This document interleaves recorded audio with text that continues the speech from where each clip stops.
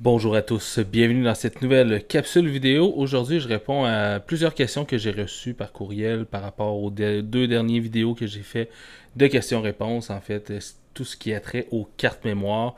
Je pense qu'il y en a beaucoup qui sont un peu perdus dans tous les termes et les vitesses qui sont exprimées sur les cartes mémoire. Donc, on va regarder grosso modo comment ça fonctionne. Donc, moi, ce que j'utilise principalement, c'est des cartes SD et des cartes Compact Flash parce que c'est ce qui va dans la plupart de mes boîtiers. J'ai deux boîtiers, mon D4S et mon D500 qui ont deux emplacements pour mettre des cartes mémoire et dont une de ceux-là, c'est des cartes XQD. Mais comme sur mes D810, c'est bon, D800 que j'avais auparavant, D600 et tout ça, il n'y avait pas les cartes XQD. Les cartes XQD n'existaient pas à cette époque. Donc, c'est pour ça que j'utilise les SD et les Compact Flash. Il y a aussi une question de prix aussi. Les cartes, bon, ça s'appelle plus nécessairement XQD, c'est maintenant CF Express.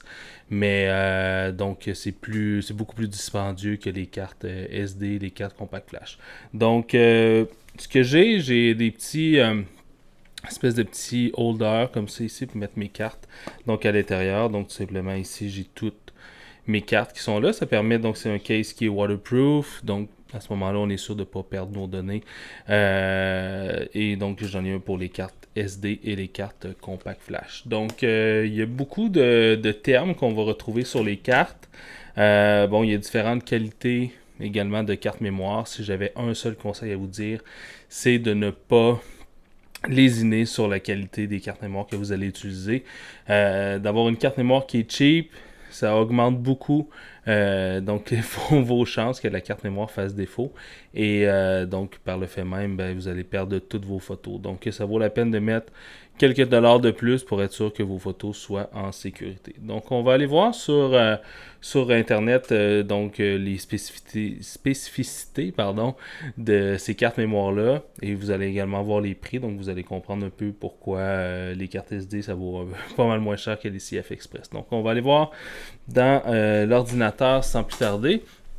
Donc ici, donc on a la carte mémoire SD standard.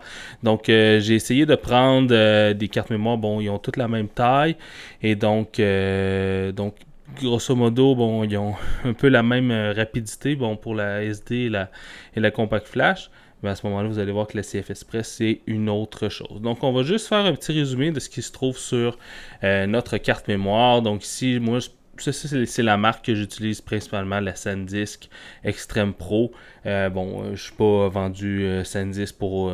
je suis pas payé par SanDisk ou rien, mais c'est des cartes qui m'ont jamais fait défaut. Je prends des centaines de milliers de photos par année. C'est important d'avoir une bonne hygiène de ces cartes mémoire. J'avais écrit un article de blog que je vais mettre dans la description si vous voulez aller voir justement les quelques petits trucs que je donnais là-dessus. Ça peut peut-être vous aider à éviter d'avoir des petites défaillances au niveau de vos cartes mémoire. Donc ici, la première chose qu'on va voir ici, c'est qu'on va noter une vitesse. Donc en fait ici, bon, SDXC, V30, le 1 et tout ça, c'est tous des codes qui, bon, par rapport au classement de la vitesse de la carte, mais grosso modo, ça n'a pas vraiment d'importance. C'est surtout la vitesse qu'on va venir regarder ici. Ici, on a une vitesse de 170 MB par seconde. Il faut faire attention. Là, on voit, là, il y a un petit astérix qui est juste ici sur le S ici. C'est parce que c'est pas 170 MB uniformément sur la carte. On va aller voir pourquoi.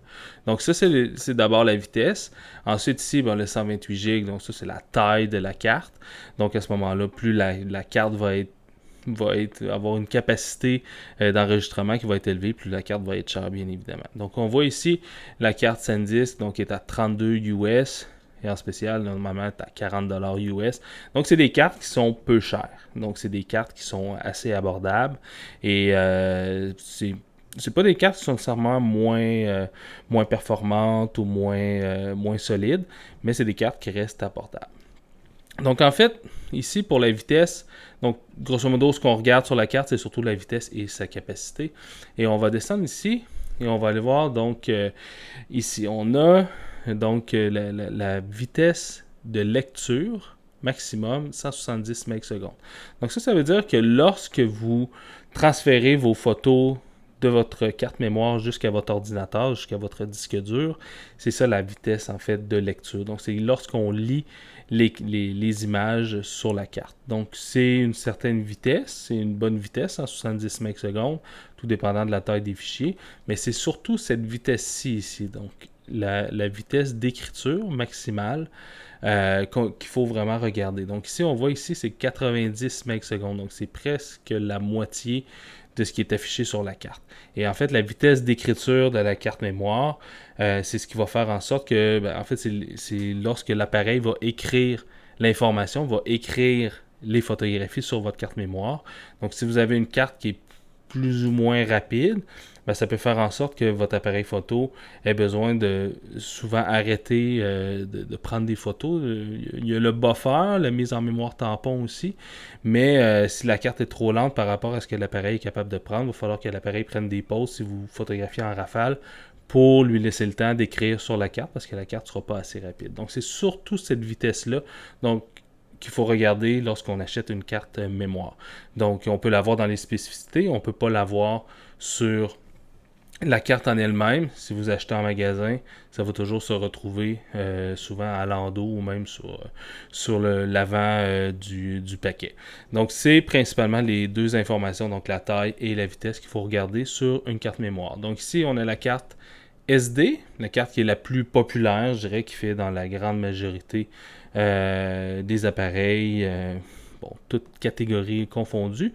Il y a également la micro SD, qui est son format mini, comme c'est ici. Donc on voit que c'est encore beaucoup plus petit et souvent qui va être utilisé pour les GoPro, les drones par exemple. Mais dans un appareil photo, je dirais que c'est plus ou moins recommandé d'utiliser ce type de carte-là avec un adaptateur. On va perdre un peu en...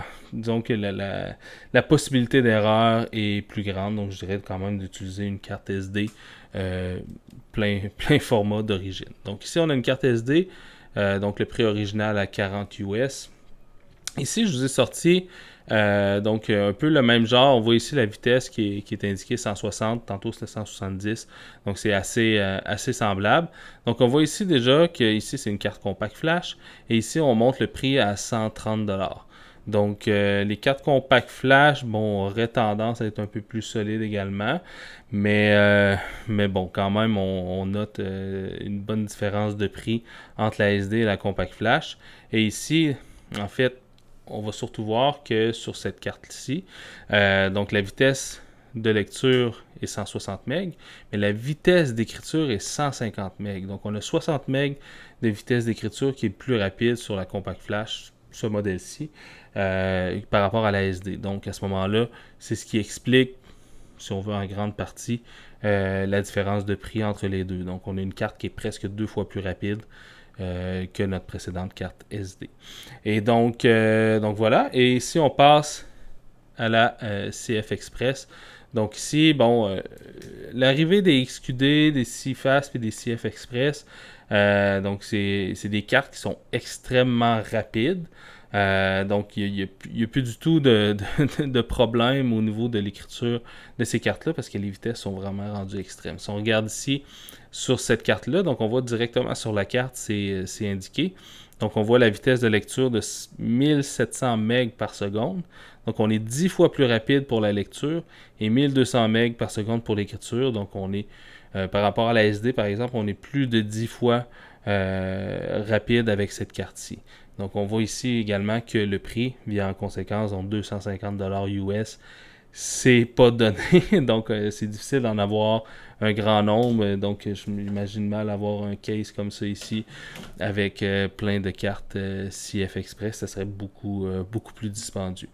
Donc, Donc, c'est les 3 types de cartes qu'on va retrouver principalement dans les appareils photo. Et donc, comme je l'ai dit un peu auparavant, les 2 paramètres qu'on va vraiment regarder, c'est la vitesse d'écriture et la capacité de stockage de ces cartes-là. Donc, j'espère que vous avez aimé cette petite capsule rapide sur les cartes mémoire. Si vous avez des questions, n'hésitez surtout pas à les laisser en commentaire. Si vous avez aimé, cliquez j'aime, c'est toujours apprécié. Visitez ma page Patreon si vous voulez plus de contenu sur la photographie de nature. Et on se dit à la prochaine. Ciao!